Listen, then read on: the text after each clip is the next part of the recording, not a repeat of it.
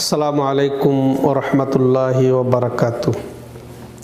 আলহামদুলিল্লাহি রাব্বিল আলামিন ওয়াল আকিবাতু লিল মুত্তাকিন ওয়াসসালাতু ওয়াসসালামু আলা আশরাফিল আমবিয়াই ওয়াল মুরসালিন নবিয়িনা মুহাম্মদ ওয়া আলা আলিহি ওয়া সাহবিহি ওয়া মান তাবিআহুম বিইহসানিন ইলা ইয়াউমিদ্দিন, আম্মা বা'দ। সম্মানিত দর্শক ও শ্রোতামণ্ডলী, আল্লাহর অশেষ মেহেরবানিতে আমরা প্রতি সপ্তাহে আজকেও রিয়াদস্থ দিরা ইসলামিক সেন্টার কর্তৃক আয়োজিত ধারাবাহিক 3টি মূলনীতির ক্লাস শুরু করতে যাচ্ছি। তবে আজকে আমাদের এই মহিলা বিভাগ কর্তৃক পরিচালিত এই দার্সের শেষ পর্ব। তো আমরা এই পর্বে যা শুনব তার আগে আমরা ইতিপূর্বে 3টি মূলনীতির শুরুর আগে ভূমিকা শুনেছি। তারপরে প্রথম মূলনীতি আল্লাহ সম্পর্কে আমাদের জানা সম্পর্কে আলোচনা করা হয়েছে। এরপরে আমাদেরকে আমাদের দ্বীন ইসলাম সম্পর্কে জানা অপরিহার্য তা জেনেছি আমরা। আর আমাদের দ্বীনের 3টি স্তর ইসলাম, ঈমান, ইহসান এরও বিস্তারিত রোকন সহ আমরা আলোচনা শুনেছি। এরপরে আমাদের শেষ মূলনীতি আমাদেরকে আমাদের নবী সাল্লাল্লাহু আলাইহি ওয়াসাল্লাম সম্পর্কে জানতে হবে, এরই ধারাবাহিক আলোচনা চলছে। বিগত 2 পর্বে আমরা রাসূলুল্লাহ সাল্লাল্লাহু আলাইহি ওয়াসাল্লামের সম্পর্কে জেনেছি, তার জন্ম বৃত্তান্ত, নসবনামা, বংশ পরিচয় এগুলো আমরা জেনেছি। তো তারই ধারাবাহিকতায় আজকে যা আমরা আলোচনা করব তা আমরা এক ঝলক আমাদের পাঠ্য যেটা সেটা থেকে আমরা পড়ে নিই। 46 পৃষ্ঠা, আপনারা আশা করি বই খুলবেন। তো এখানে ইতিপূর্বে নবী আল্লাহ রাব্বুল আলামিন তাকে নবী বানিয়েছেন ইকরা, এটি নাজিলের মাধ্যমে। এরপরে আবার প্রায় 3 বছর ওয়াহি বন্ধ থাকার পরে ইয়া আইয়ুহাল মুদ্দাসসির, এই আয়াত নাজিলের মাধ্যমে, এই কয়েকটি আয়াত নাজিলের মাধ্যমে তাকে রাসূল বানিয়েছেন। তো এরপরে আমরা এটা শুনবো এখন ধারাবাহিকতা রক্ষার্থে যে তিনি মক্কার এই 13টি বছর নবুয়ত পেলেন 40তম বছরে। এরপরে 10ম বছরে তিনি তার মেরাজ হয়েছে। এরপর মেরাজের পরে মেরাজে আবার সালাত ফরজ হয়েছে। 13 বছর তিনি কাটিয়ে দিয়েছিলেন মক্কাতে। তো এখানে শুধু তাওহীদের দাওয়াত দিয়েছেন, শিরক থেকে সতর্ক করেছেন। এই মর্মে লেখক রাহিমাহুল্লাহ বলছেন, দেখেন 46 পৃষ্ঠার নিচের প্যারাম, তিনি নবী সাল্লাল্লাহু আলাইহি সাল্লাম বহু বছর ধরে অদ্বিতীয় আল্লাহর প্রচার কার্য চালাবার পর মেরাজে গিয়ে 5 ওয়াক্ত নামাজ পড়ার আদেশ নিয়ে ফিরে আসেন। অতঃপর মক্কা ভূমে 3 বছর উক্ত নামাজ সুচারুরূপে সম্পাদনের পর আল মদিনায় হিজরত করার আদেশ প্রাপ্ত হন। তাহলে মেরাজ হয়, এটা আমরা জানলাম যে রাসূলের নবুয়তের 10ম বছরে এমন এক সন্ধিক্ষণে মেরাজের মতো এক অলৌকিক ঘটনা সংঘটিত হয়, যা ঐতিহাসিক ঘটনা, যা দুর্লভ ঘটনা, যা আর কারোর জন্য ঘটে নাই ইতিপূর্বে।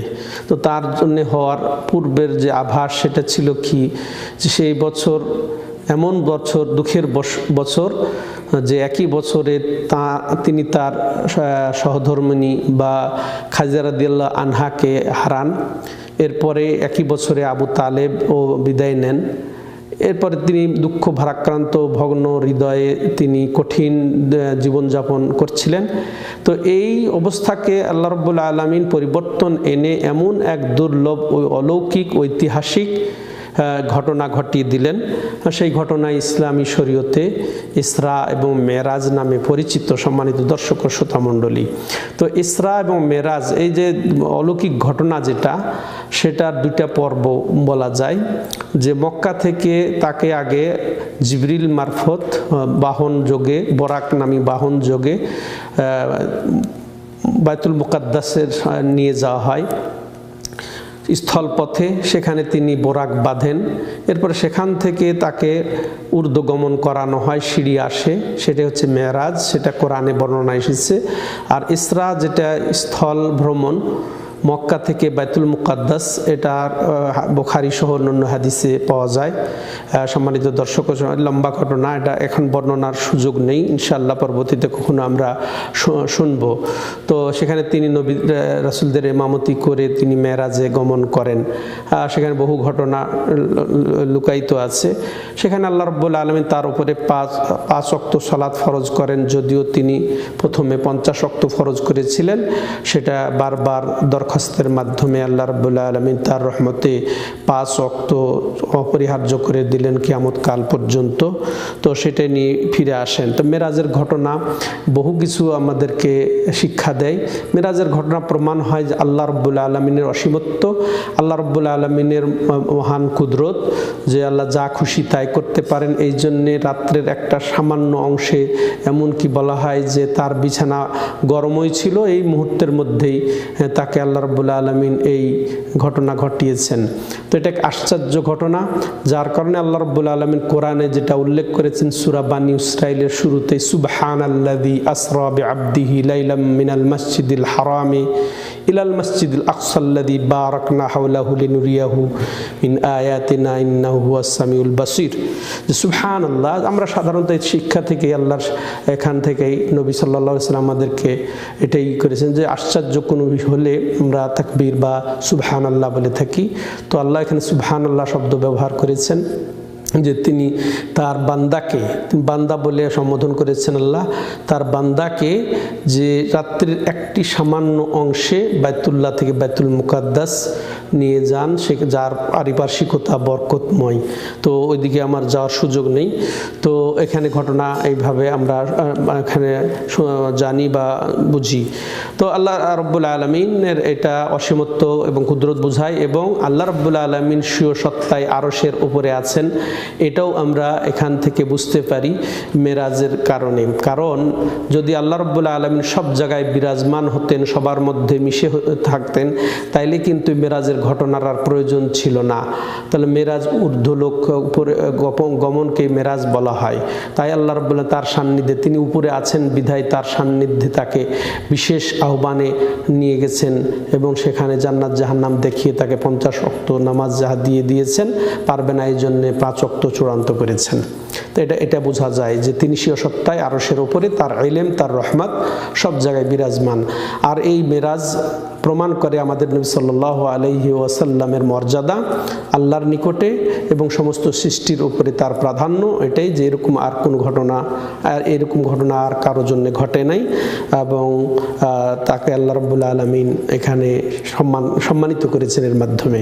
আরও প্রমাণ হয় যে নামাজের গুরুত্ব এবং ফজিলত, যে সমস্ত ইবাদত আল্লাহ কোরআন এবং হাদিস কোরআনের মাধ্যমে দুনিয়াতে, অর্থাৎ ওয়াহির মাধ্যমে দুনিয়াতে ফরজ করেছেন মক্কাতে বা মদিনাতে, কিন্তু নামাজই এমন একটি ইবাদত যে আল্লাহ রাব্বুল আলামিন ব্যতিক্রমধর্মীভাবে তার সান্নিধ্যে নিয়ে তার হাবিবকে অর্পণ করেন। তো এই মেরাজের ঘটনার পরে যেটা বলছিলাম যে 13 বছর তিনি এখানে থাকলেন, 13 বছর দাওয়াত দিলেন। 13 বছর দাওয়াত দিলেন কিসের? তাওহীদের, এক আল্লাহর ইবাদত করতে হবে, তার উম্মতকে এভাবেই দাওয়াত দিয়ে গেলেন, এবং শিরক থেকে বাঁচতে হবে, সতর্ক করতে হবে। তিনি তার আত্মীয় স্বজন থেকে শুরু করে সমস্ত উম্মতকে তিনি সতর্ক করছিলেন এই শিরক থেকে।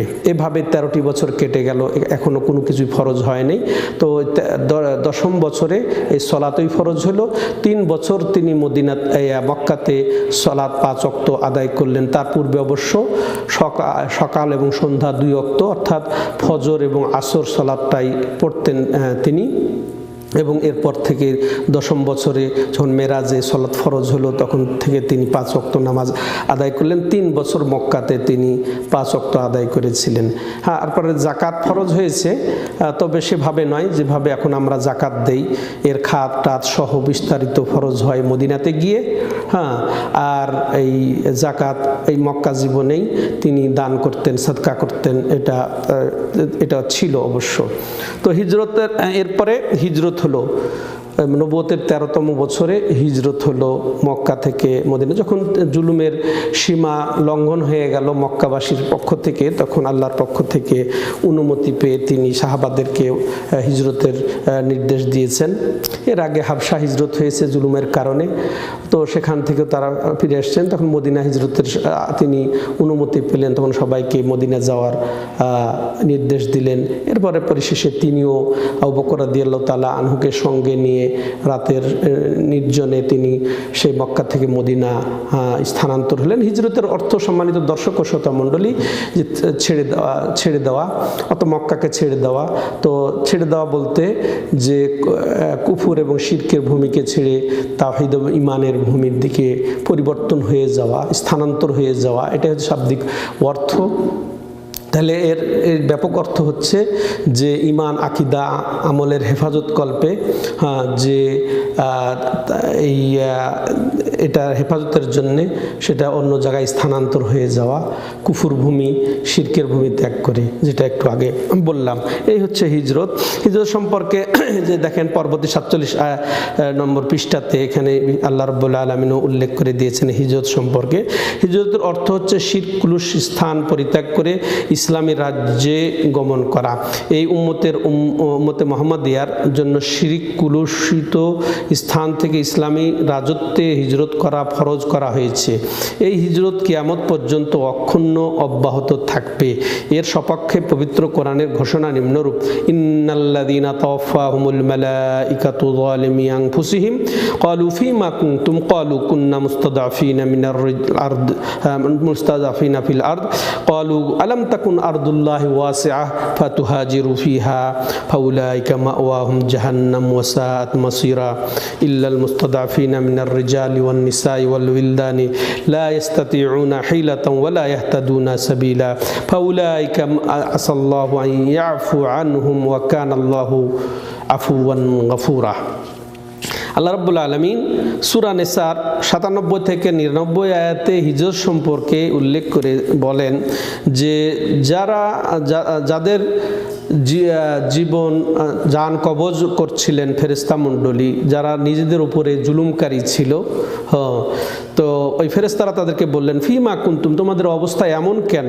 ক্বালু, তারা উত্তর দিল যে কুন্না মুস্তাযআফিনা ফিল, এই ভূমিতে আমরা দুর্বল, আমরা ওদের সাথে শক্তিতে পেরে উঠি না, অর্থাৎ কাফির মুশরিকদের সাথে। ক্বালু আলাম তাকুন আরদুল্লাহি ওয়াসিআ ফাতুহাজিরু ফিহা, আল্লাহর ভূমি কি প্রশস্ত নয় যে যেখানে তোমরা হিজরত করতে? ফাউলাইকা মাওয়াহুম জাহান্নাম, দেখেন যারা হিজরতের সুযোগ থাকা সত্ত্বেও এই কুফুর এবং শিরককে পরিত্যাগ করে, এই ভূমিকে পরিত্যাগ করে যারা ঈমান আমলের জন্য হিজরত করবে না, তাদের পরিণাম সম্পর্কে আল্লাহ রাব্বুল আলামিন বলছেন ফাউলাইকা মাওয়াহুম জাহান্নাম, তাদের ঠিকানা ওরাই যারা তাদের ঠিকানা জাহান্নাম ও সাআত মাসীরা, জাহান্নাম কতই না নিকৃষ্ট জায়গা। ইল্লাল মুস্তাযআফিনা মিনার রিজালি ওয়ান নিসাই ওয়াল উইলদানি লা ইস্তাতিউনা হিলা ওয়ালা ইয়াহতাদুনা সাবিলা, তবে হ্যাঁ ওরা যারা আসলে দুর্বল, নারী পুরুষ, তো নারী পুরুষের মধ্যে যারা দুর্বল এবং সন্তান যারা শিশু বালক, এরা যাদের কোনো সুযোগ নেই হিজরত করার এবং তারা কোন রাস্তাও পাচ্ছে না, এরা ব্যতীত বাকিদের জন্য জাহান্নাম নাউযুবিল্লাহ। স্বেচ্ছায় তাদের সাথে কম্প্রোমাইজ করে হোক বা তাদের সাথে একত্রতা ঘোষণা করে হোক, আবার হিজরত না করে হোক, সেখানে যদি থেকে যায় বিনা ওজর শারঈতে, তা তাদের ঠিকানা জাহান্নাম বলে আল্লাহ রাব্বুল আলামিন উল্লেখ করে দিয়েছে ফাউলাইকা আসাল্লাহু ইয়াফু আনহু ইলা আখির আয়া। তো সম্মানিত দর্শক ও শ্রোতা মণ্ডলী, কোরআনে আরো বলেছেন ইয়া ইবাদিয়াল্লাযীনা আমানু ইন্না আরদি ওয়াসিআ ফাইয়ায়া ফা'বুদুন, একই মর্মের আমি সংক্ষেপে চলে যাচ্ছি। এই ব্যাপারে রাসূল সাল্লাল্লাহু আলাইহি সাল্লামও বলেছেন, যা সেটা আমরা শুনবো, লা তানকাতুল হিজরা হাত্তা তানকাতিআত তাওবা ওয়ালা তানকাতিউত তাওবা হাত্তা তাতলুআশ শামসু মিন মাগরিবিহা, যে হিজরত বন্ধ হবে না যতক্ষণ পর্যন্ত তওবার দরজা বন্ধ না হবে, আর ততদিন পর্যন্ত তওবার দরজা বন্ধ হবে না যতদিন পর্যন্ত সূর্য পশ্চিম আকাশে না উঠবে। তাহলে এই সাধারণ অর্থে হিজরত চলমান রয়েছে কিয়ামত কাল পর্যন্ত, কিয়ামত যতদিন না আসবে। ততদিন পর্যন্ত হিজরত চলমান থাকবে। কিন্তু খাস অর্থ যেটা মক্কা থেকে মদিনা হিজরত, এটা বন্ধ হয়ে গেছে। মক্কা বিজয় যে অষ্টম এতে হয়েছিল, অষ্টম হিজরিতে, তো তখন হিজরতের এই যে খাস যেটা মক্কা থেকে মদিনার হিজরত, এটা বন্ধ হয়ে গেছে, কারণ মক্কা বিজয় হয়ে গেছে। তো সম্মানিত দর্শক ও শ্রোতামণ্ডলী, তো এখান থেকে আমরা হিজরত সম্পর্কে জানলাম যে রাসূলুল্লাহ সাল্লাল্লাহু আলাইহি সাল্লামের এই হিজরত হয়েছে। তাহলে এখনও হিজরত চলমান থাকবে। তাহলে কিসের দিকে? তাওহীদের দিকে, সুন্নতের দিকে। পাপাচার বন্ধ করে, পাপাচার ছেড়ে দিয়ে, শিরিক কুফুর ছেড়ে দিয়ে তাওহীদ এবং সুন্নতের দিকে হিজরত আজীবন থাকবেই থাকবে। তো হিজরত যে ভূমিতে আমার ঈমান আকীদা নিরাপদ নয়, যেখানে আমি আমার ইসলামকে, আমার অনুশাসনকে, আল্লাহর বিধিবিধানকে, আল্লাহর নিদর্শনাবলীকে, আমার 5 ওয়াক্ত সালাতকে, জুমাকে, ঈদকে, জামাতকে প্রতিষ্ঠা করতে পারবো না, সেখানে থেকে আমাদেরকে অবশ্যই হিজরত করতে হবে। এরকম হলে সেখান থেকে হিজরত করা ফরজ। সম্মানিত দর্শক ও শ্রোতামণ্ডলী, তাহলে অবস্থা ভেদে হিজরত ফরজ এরকম পরিস্থিতিতে। আর যদি মনে করেন যে আমি স্বাভাবিক নই, এখানে আমার ফরজগুলো পালন হচ্ছে কিন্তু আমি স্বাচ্ছন্দ্য বোধ করি না, সেখান থেকেও আপনি যদি মাশাআল্লাহ অনুকূল পরিবেশে, যেখানে আপনি আনন্দ চিত্তে সবার সাথে ইসলামের নিদর্শনাবলী, ইসলামের সব কিছু আপনি আদব আখলাক এগুলো সব নিয়ে আপনি চলতে পারবেন, সেখানে হিজরত করাও আপনার জন্য সুন্নত এবং ফজিলত, সেটাও আমরা জানব। সম্মানিত দর্শক ও শ্রোতামণ্ডলী, এবার আসেন যে নবী সাল্লাল্লাহু আলাইহি সাল্লাম 50 পৃষ্ঠা দ্বিতীয় প্যারা। নবী সাল্লাল্লাহু আলাইহি সাল্লাম মদিনায় অবস্থান করার পর অন্যান্য আদেশগুলো প্রাপ্ত হন। এই যে বলছিলাম যে হিজরতের পূর্বে তেমন ফরজ আর কিছু হয় নাই নামাজ ছাড়া। এরপর যখন মদিনায় তিনি আগমন করলেন, সেখানে আস্তে আস্তে সব ফরজ হলো। যেমন জাকাতও ফরজ হয়েছে মূলত বিস্তারিতভাবে এই মদিনাতেই, যদিও বলছিলাম মক্কাতে এটা প্রাথমিকভাবে ফরজ হয়েছিল কিন্তু বিস্তারিত নয়। অনুরূপভাবে সিয়াম ফরজ হলো দ্বিতীয় হিজরিতে, তারপরে হজ ফরজ হলো নবম হিজরিতে, এটাই বিশুদ্ধতম মত। আরও সব জিহাদ, আরও সব কিছু ফরজ হয়েছে, হিজাব, এগুলা সব ফরজ হয়েছে কোথায়? মদিনাতে গিয়ে। তেমনইভাবে দেখেন হারামও হয়েছে অনেক কিছুই মদিনাতে গিয়ে। এই এক কথায় খুব গুরুত্বপূর্ণ সম্মানিত দর্শক ও শ্রোতামণ্ডলী, যে এই তাওহীদের প্রতি দাওয়াত এবং শিরক থেকে সতর্ক, এটাই ছিল 13 বছরের মিশন, একান্ত মিশন। এমনকি এই পর্যায়ে এই হারামও হয় নাই, মদ হারাম হয় নাই, তারপরে ব্যভিচার হারাম হয় নাই, বিভিন্ন হারাম এগুলাও কিন্তু হয়েছে মদিনাতে এসে। আল্লাহু আকবার। তাহলে এখানে তাওহীদের গুরুত্ব কত দিয়েছেন। এরপরে মদিনাতে এসেই কি তাওহীদের দাওয়াত বন্ধ হয়ে গেল? না, এই তাওহীদের দাওয়াত অনুরূপ গুরুত্ব সহ এরপরে ফরজ হলো অন্যান্য ইবাদত, সেগুলা তখন হলো। তাহলে এখানে তাওহীদই হচ্ছে আসল, তাওহীদই হচ্ছে ভিত্তি, এটাকে আমাদেরকে অবশ্যই অগ্রগামী করতে হবে। এটাই বলছেন লেখক রাহিমাহুল্লাহ, যে এই মদিনায় অবস্থান করার পর অন্যান্য আদেশগুলি প্রাপ্ত হন, যথা জাকাত দান, খয়রাত, তারপরে জাকাত দান, খয়রাত, রোজা, ব্রত পালন, কাবা গৃহ পরিদর্শন মানে হজ, আজানও ফরজ হয়েছে মদিনাতে এসে, জিহাদ, ভালো কাজের আদেশ, মন্দ কাজের নিষেধ, এগুলাও ফরজ হলো এসে মদিনাতে। হিজরতের প্রায় 10 বছর তিনি মদিনায় অতিবাহিত করেন। এর 13 বছর, তাহলে নবুয়তের 13 বছর তিনি মক্কায় কাটালেন, এরপরে মদিনায় আসলেন। মদিনায় তার 10 বছর কাটলো, 10 বছর কাটলো এই সব কিছু হুকুম আহকাম সহ। এরপর এই হলো ত্যাগ করেন, আল্লাহর রহমত ও শান্তি তার উপরে অজস্র ধারায় বর্ষিত হোক। তার প্রচারিত ধর্ম রোজ কিয়ামত পর্যন্ত বিদ্যমান থাকবে। তিনি তার উম্মতকে, এটাই একেবারে কিয়ামত কাল পর্যন্ত এই শরীয়তি চলমান থাকবে, বিকৃত হবে না বা এটা রহিত হবে না। তিনি তার উম্মতকে যাবতীয় সৎকর্ম সম্বন্ধে অবহিত করে দিয়েছেন, আর যাবতীয় অপকর্ম সতর্ক করে দিয়েছেন। এটা কথা হচ্ছে যে তিনি তার নবুয়তি জিন্দেগিতে এমন কোনো নেকির কাজ নাই, সওয়াবের কাজ নাই, আল্লাহর সন্তুষ্টির জন্য কোনো আমল কথাবার্তা নেই যেটা তিনি প্রচার করে দিয়ে যান নাই, যেটা তিনি পৌঁছিয়ে দিয়ে যান নাই। একটা নেকি কেউ এরকম অবশিষ্ট নেই। অতএব আমাদের এই দিনের মধ্যে আর নতুন কিছু সংযোজন, নতুন করে এইতে এত নেকি হবে, ওতে অত নেকি হবে, এগুলা বলার কোনো সুযোগ নেই। অনুরূপভাবে যেগুলা গুনহার কাজ সেগুলো সম্পর্কেও তিনি যথেষ্টই সতর্ক করে দিয়েছেন, পূর্ণতার সাথে একটি কিছু রেখে দেননি, আর দেখিয়েছেন সেই পথ যা আল্লাহর নিকট প্রিয় এবং তার পছন্দনীয়। এবং সর্বনিকৃষ্ট বস্তু যা হতে তিনি সতর্ক করে দিয়েছেন তা হচ্ছে শিরক এবং এমন সব কার্য যা আল্লাহ অপছন্দ করেন।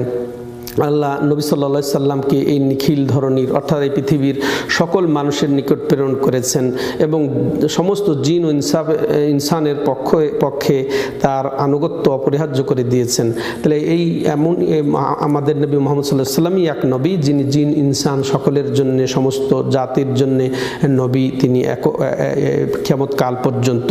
তাই তো এর সমর্থনে আল্লাহ বলছেন, কুল ইয়া আইয়ুহান নাসু ইন্নী রাসূলুল্লাহি ইলাইকুম জামিআ, যে হে মানব মণ্ডলী, হে নবী আপনি বলে দিন সমস্ত মানুষকে যে আমার পক্ষ থেকে, যে হে মানব মণ্ডলী, ইন্নী রাসূলুল্লাহি ইলাইকুম জামিআ, যে আমি তোমাদের নিকটে, তোমাদের সবার নিকটে, নারী পুরুষ জিন ইনসান সবার নিকটে আমি আল্লাহর পক্ষ থেকে রাসূল। তা মহান আল্লাহ স্বীয় নবীর মাধ্যমে তার এই ধর্মকে পরিপূর্ণতা করেছেন।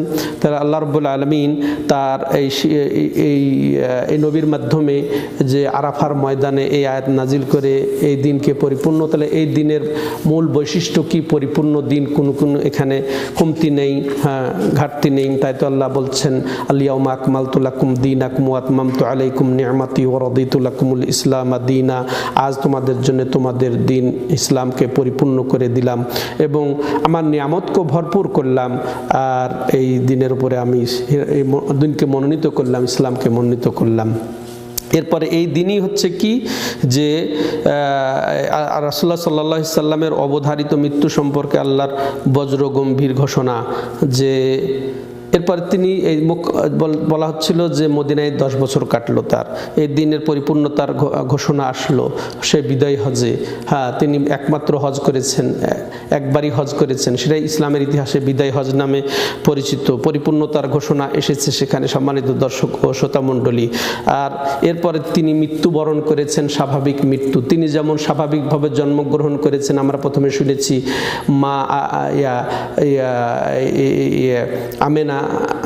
মা আমেনার গর্ভে এবং বাবা আবদুল্লাহর ওরসে তার যেমন স্বাভাবিক জন্মগ্রহণ হয়েছে, তেমনি তার মৃত্যু বরণ হয়েছে, তিনি মৃত্যুবরণ করেছেন। এটার অকাট্য ঘোষণা হচ্ছে আল্লাহর পক্ষ থেকে, ইন্নাকা মাইয়িতুন ওয়া ইন্নাহুম মাইয়িতুন সুম্মা ইন্নাকুম ইয়াওমাল কিয়ামাতি ইনদা রাব্বিকুম তাখতাসিমুন, যে আল্লাহ রাব্বুল আলামিন বলেন নিশ্চয়ই তুমি অতি সত্বর মৃত্যুবরণ করবে, ওয়া ইন্নাহুম মাইয়িতুন, এবং তোমার সব উম্মতই এবং আমার বান্দারা সবাই মৃত্যুবরণ করবে। সুম্মা ইন্নাকুম ইয়াওমাল কিয়ামা, এরপরে তোমরা কিয়ামতে পুনরুত্থিত হবে, ইনদা রাব্বিকুম, পুনরুত্থিত হয়ে রাব্বিকুম তাখতাসিমুন, তোমাদের রবের কাছে তোমরা তোমাদের ইয়াতে ঝগড়ায় লিপ্ত হবে। তাহলে স্পষ্ট এখান থেকে আর কোনো সন্দেহ থাকলো না যে তিনি মৃত্যুবরণ করেছেন, এটা আল্লাহর অকাট্য ঘোষণা। আল্লাহ বলেন, কুল্লু নাফসিন যায়কাতুল মাউত, প্রত্যেক নাফস যার আত্মা আছে তার মৃত্যুর স্বাদ বরণ করতেই হবে। তাহলে নবী সাল্লাল্লাহু আলাইহি সাল্লাম মারা গেছেন। তো এটাই হচ্ছে আমাদের আকীদা, বিশ্বাস, এটাই হচ্ছে ঈমান। কেউ যদি বলে যে মৃত্যুবরণ করেন নাই, আগের মতোই তার ওই যে 63 বছর যে জীবন তিনি পেয়েছেন ওই রকমই তিনি এখনো জীবিত আছেন, কেউ যদি এরকম বিশ্বাস করে সেটা কুফরি হবে। আমরা যে জীবনযাপন করছি এরকমই জীবনযাপনে তিনি আছেন, শুধু অদৃশ্য হয়ে গেছেন। কেউ যদি এরকম বিশ্বাস করে এই আয়াতের সে অস্বীকারী হবে, আল্লাহর বিধানের সে অস্বীকারী হবে। তাহলে তিনি মরবেন কখন, তাদের কাছে কি খবর আছে যে তিনি কখন মরবেন? তো নবী সাল্লাল্লাহু আলাইহি সাল্লামের ব্যাপারে কি গোলক ধাঁধায় ফেলে পড়ে আছে তারা, এবং জাতিকে তারা গোলক ধাঁধায় ফেলে রাখতে চায়। তো তিনি পুনরুত্থিত হবেন, তিনি নিজে পুনরুত্থিত হবেন। পুনরুত্থানের ব্যাপারে আরও অনেক আছে। তারপরে দেখেন মৃত্যুর ঘটনাটাই দেখেন, যখন রাসূলুল্লাহ সাল্লাল্লাহু আলাইহি ওয়াসাল্লাম মৃত্যুবরণ করলেন মা আয়েশার কোলে, হ্যাঁ, এটা বাস্তব ঘটনা, কেউ অস্বীকার করবে, তার জান কবজ হয় মা আয়েশার কোলে। এরপরে উমর রাদিয়াল্লাহু তাআলা আনহু প্রায় উম্মাদ প্রায় হয়ে তিনি তরবারি নিয়ে যে বলবে যে মুহাম্মদ মারা গেছে, তার শিরচ্ছেদ করা হবে, তিনি এইরকম অবস্থা। আবু বকর রাদিয়াল্লাহু তাআলা আনহু দশা বেগ দেখে তিনি বক্তব্য দিলেন, খুতবা দেওয়া শুরু করলেন। এরপরে বললেন যে যে যে মাই আবুদু মুহাম্মাদান ফাইন্নাহু, যে মুহাম্মাদের ইবাদত করে সে জেনে রাখুক যে ইন্নাল মুহাম্মাদান কাদ মাত, মুহাম্মদ মরে গেছে। ওয়া ইন্না মাই আবুদুল্লাহ আন্নাল্লাহা ওয়াল হাই লা ইয়ামুত, যে আল্লাহর ইবাদত করে সে জেনে রাখুক যে আল্লাহ রাব্বুল আলামিন চিরঞ্জীব, তার কোনো মৃত্যু নেই। তাহলে এইভাবে বলার পরে তিনি আয়াত পড়লেন, ওমা মুহাম্মাদুন ইল্লা রাসূল কাদ খালাত মিন কাবলিহি রুসুল আফাইমাতা আও কুতিলা ইনকালাবতুম আলা আকাবিকুম। এরপরে এই আয়াতটা শুনিয়ে দিলেন যে মুহাম্মদ সাল্লাল্লাহু আলাইহি ওয়াসাল্লাম রাসূলই ছিলেন, হ্যাঁ, তার জন্যে চিরন্তন নয়, তার পূর্বেও অনেক চলে গেছেন। তো তিনি যদি মারা যান, হ্যাঁ, তো বা তাকে হত্যা করা হয়, তোমরা কি তো পৃষ্ঠ প্রদর্শন করবে দিন থেকে? যখন উমর রাদিয়াল্লাহু তাআলা এই আয়াত শুনলেন, তিনি বলছেন যে আমি মনে হয় প্রথমেই আজকে এই আয়াতটা শুনলাম। তিনি নিরস্ত্র হয়ে গেলেন। তো এটা কি প্রমাণ হয় যে তিনি মারা গেছেন? যে মনে করবে এবং এই বর্তমান আমরা স্বাভাবিক যে জীবনে আছে, এই জীবনে জীবিত আছে, সে কুফরি করবে। তবে হ্যাঁ, তিনি বারজাখী জীবনে আছেন, বারজাখী জীবনে জীবন্ত যেটা তার জন্য উপযোগী সেটাই আছে। যেমন আল্লাহ রাব্বুল আলামিন শহীদদের কথা বলেছেন, এমনকি মুমিনদের আত্মার কথা বলেছেন, কাফেরদের আত্মার কথা বলেছেন। তো এই যেটা বারজাখী ব্যাপারে যেগুলা আয়াতে হাদিস দলিল সহ যেগুলো আছে, সেগুলা সেভাবেই তিনি জীবন্ত আছেন। কিন্তু তিনি স্বাভাবিক জীবন থেকে ইন্তেকাল করে, অর্থাৎ মৃত্যু বরণ করে তিনি বারজাখী জীবনে আছেন, এটাই আমাদের বিশ্বাস হতে হবে। সম্মানিত দর্শক ও শ্রোতা মণ্ডলী, আর পুনরুত্থানের পর প্রত্যেক জিন ও ইনসানের চুলচেরা হিসাব নিকাশ নেওয়া হবে এবং তাদের আমল অনুযায়ী পুরস্কার অথবা শাস্তি প্রদান করা হবে। এই প্রসঙ্গে পবিত্র কোরআনের ঘোষণা। দেখেন পুনরুত্থান হবে, তারপর তিনি দেখেন পুনরুত্থান সম্পর্কে আরেকটা হাদিস বলে আমি একটার দিকে অগ্রসর হচ্ছি। তিনি স্বয়ং নিজে বলছেন, আউয়ালু মান ইয়ানশাক্কু আনহুল কবর, তিনি সেই ব্যক্তি যার কবরটা প্রথম বিদীর্ণ হবে, ফেটে যাবে পুনরুত্থানের জন্য। তাহলে যদি না যান, তাহলে তার কবর ফাটবে কোথায়? নাকি তখন আবার কখন মারা যাবেন? ওই মৃত্যুটা কখন হবে তার? যারা বলে মৃত্যু, হ্যাঁ।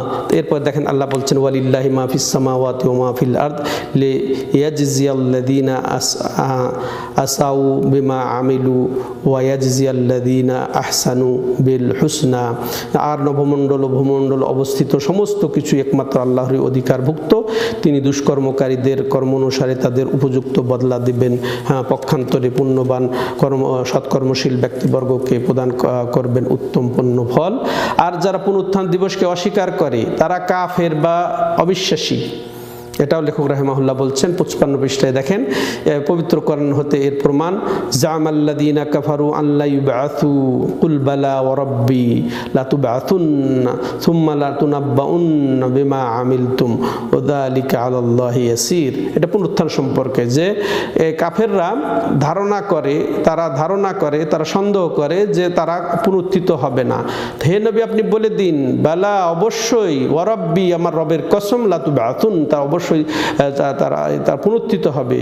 হ্যাঁ, সুম্মা লা তুনাব্বাউন্না বিমা আমিলতুম, যা তোমরা করেছো তা অবশ্যই তোমরা স্পষ্ট হবে।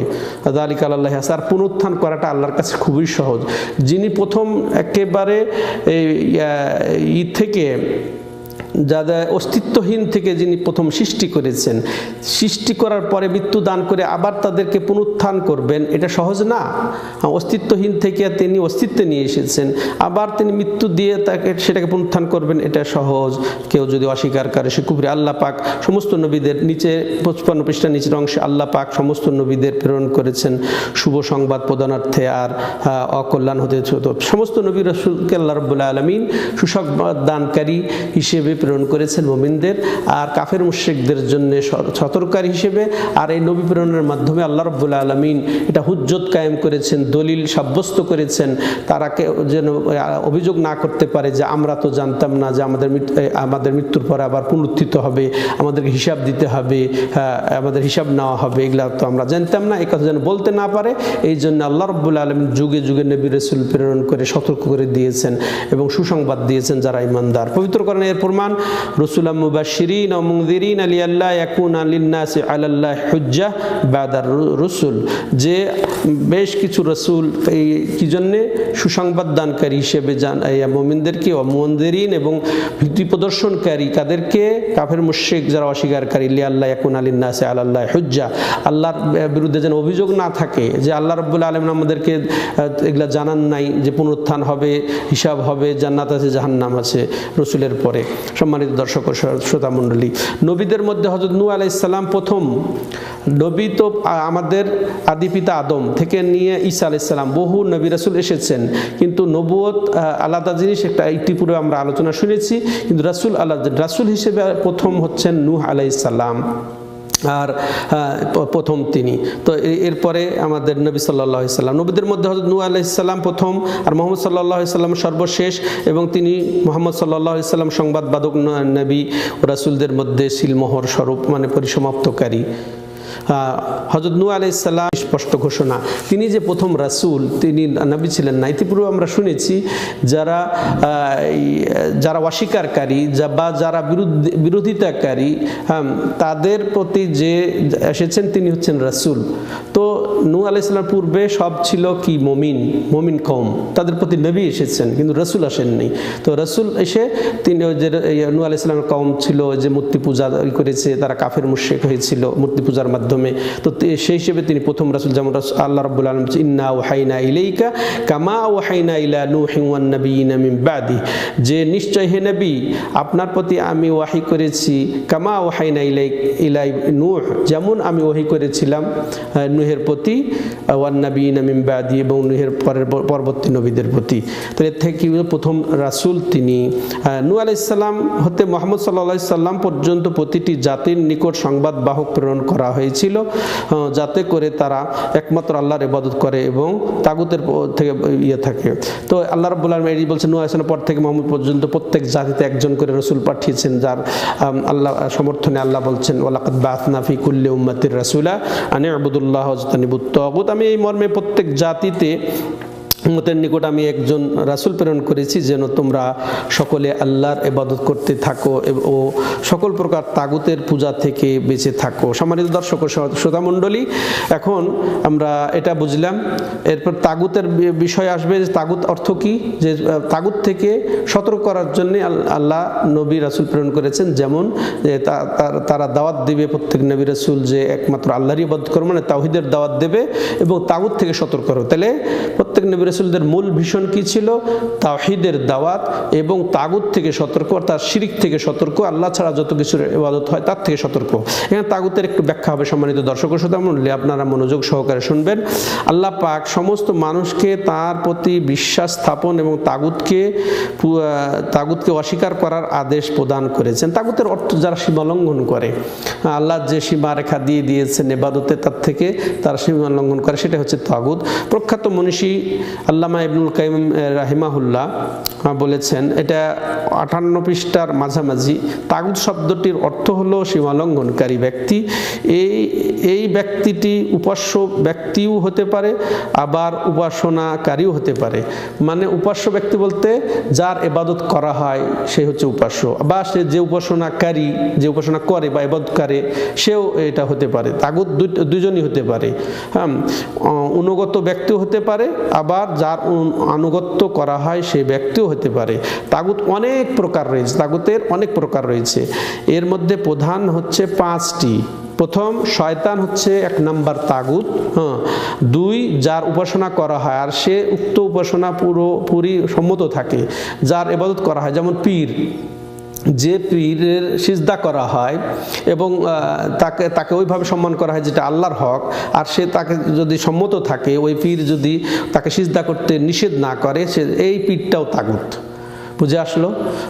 তাহলে তাহলে আর কবর মাজার দরগা যেগুলোতে সিজদা করা হয়, যেগুলোতে চাওয়া হয়, প্রার্থনা করা, এই কবর মাজারগুলাও তাগুত এই অর্থে। সম্মানিত দর্শক ও শ্রোতা মণ্ডলী, যে ব্যক্তি নিজে এই ঈসা আলাইহিস সালাম তাগুত নন, কারণ ঈসা আলাইহিস সালাম এটাতে রাজি ছিলেন না, থাকবেনও না।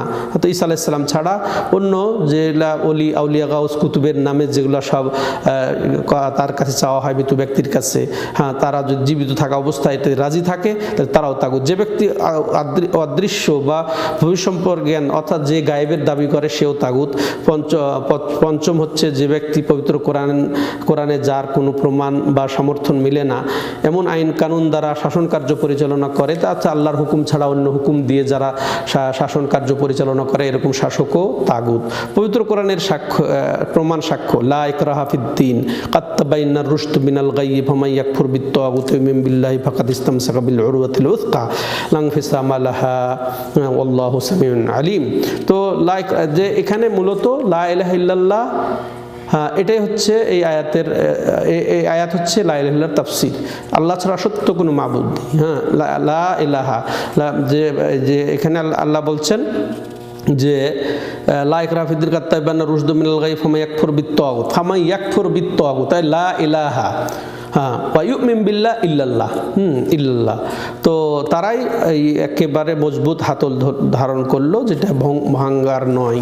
সম্মানিত দর্শক ও শ্রোতা মণ্ডলী, আমরা দ্রুত শেষ করতে চাচ্ছি, হয়ে যাবে এই তো, আর আমরা শেষ পর্যায়ে চলে এসেছি।